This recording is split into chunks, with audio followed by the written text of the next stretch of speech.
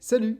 Aujourd'hui, on va parler du documentaire Hold Up, mais je vous promets qu'on va jamais parler de ce qui se passe dans le documentaire. On va parler de quelque chose de bien plus fondamental que ça, qui est pourquoi est-ce que les gens ont peur de la vérité. Je sais que je suis provocateur en parlant d'avoir peur de la vérité, et pourtant je vous prie de croire que ce qui se passe autour de Hold Up, ce n'est ni plus ni moins que l'expression d'une peur, que ce soit du côté des complotophobes que du côté des complotistes. Ce sont des étiquettes qu'ils se donnent entre eux.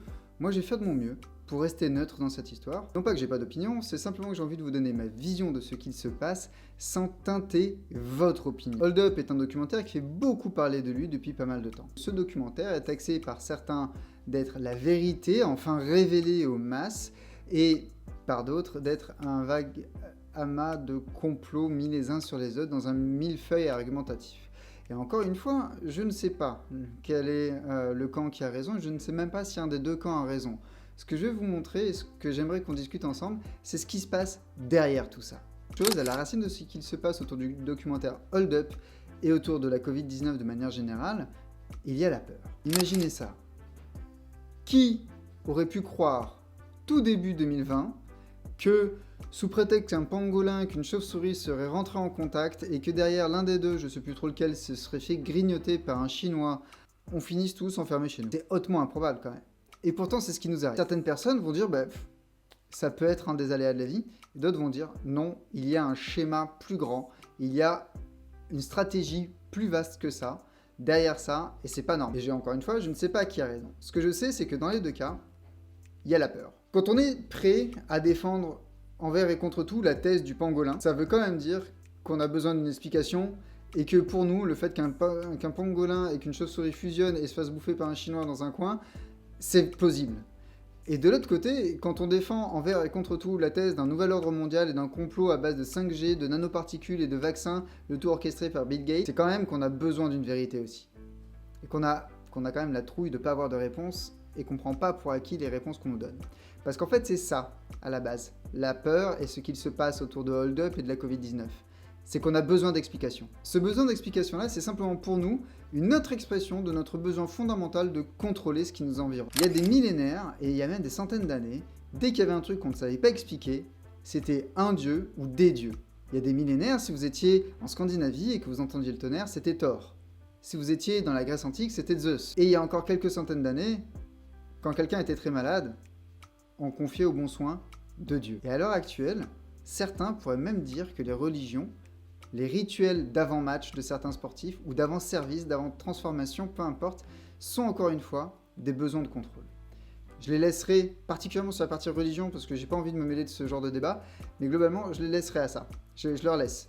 C'est intéressant, mais c'est leur explication. Ce qui va nous intéresser, c'est qu'effectivement, ce besoin d'explication, ce besoin de contrôle dans notre environnement, il est là. Il est viscéral chez nous.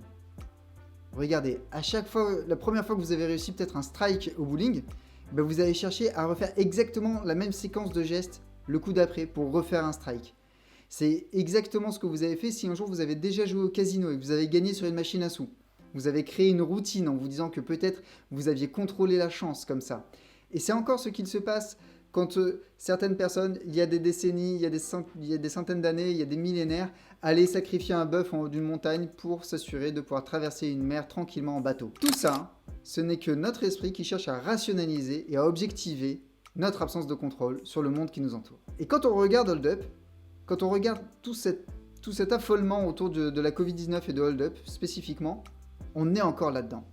On est dans la peur de ne pas savoir et dans la peur de ne pas avoir le contrôle de ce qui nous arrive. Et le plus intéressant, c'est que cette peur, elle divise.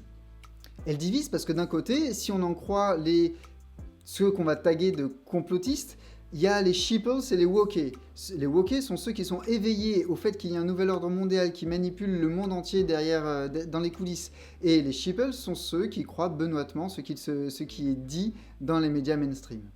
Et de l'autre côté, on va avoir les personnes qui considèrent que ceux qui vont chercher des explications farfelues, comme un 11 septembre à base d'hologrammes, ou comme une vaccination à base de nanoparticules et de manipulation de masse, ce sont des personnes qui ont peur de la vérité, qui ont juste peur de ne pas savoir. Et à la rigueur, moi je suis plutôt à l'aise avec cette idée que je ne sais pas ce qui s'est passé, et que par contre, j'ai juste à gérer avec ce qui se passe à l'heure actuelle. Quand on écoute les deux camps de l'argumentation, ils taxent l'autre d'avoir peur de la vérité. Ça, c'est génial à voir. Les complotistes, enfin les partisans de Hold Up, on va les appeler comme ça, on va pas les taguer de complotistes, ça serait empoisonner le puits. Souvenez-vous ma vidéo sur Trump qui va apparaître par là. Les partisans de la ligne de pensée Hold Up vont considérer que les partisans de l'autre bord ont peur de la vérité, que c'est pour ça qu'ils refusent en bloc Hold Up. Alors que les partisans des médias mainstream et de l'explication à base de pangolins et de chauves-souris vont considérer que les partisans de Hold Up ont tellement peur de la vérité qui est que parfois il y a des maladies qui apparaissent, qu'ils sont allés chercher une nouvelle légende, un nouveau Thor qui tape sur son enclume, un nouveau Zeus qui balance la foudre, Hold Up et le complot mondial et le nouvel ordre mondial. Et ce que je vois, c'est que ces deux camps accusent l'autre d'avoir peur de la vérité. Et ça, intellectuellement, c'est assez intéressant à voir. Encore une fois, le but de cette vidéo n'est pas de discuter du contenu de Hold Up. Je suis pas la bonne personne.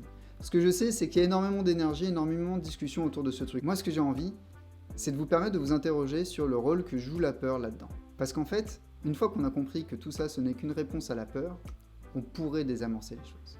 Mais moi, je suis rien, moi. Moi, je suis un petit coach qu'on n'écoute pas toujours. Et je suis sûr qu'à un moment, il y a quelqu'un de bien plus connu et bien plus malin que moi qui reprendra cette idée et qui permettra peut-être d'apaiser le débat. Et encore, je ne sais pas si cette personne-là sera entendue. Pourquoi ?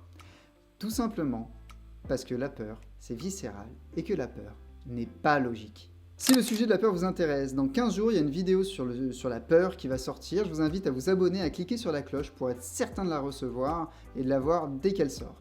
Une fois qu'on a accepté le fait que nous n'avons pas le contrôle sur le monde autour de nous, alors on peut être en paix.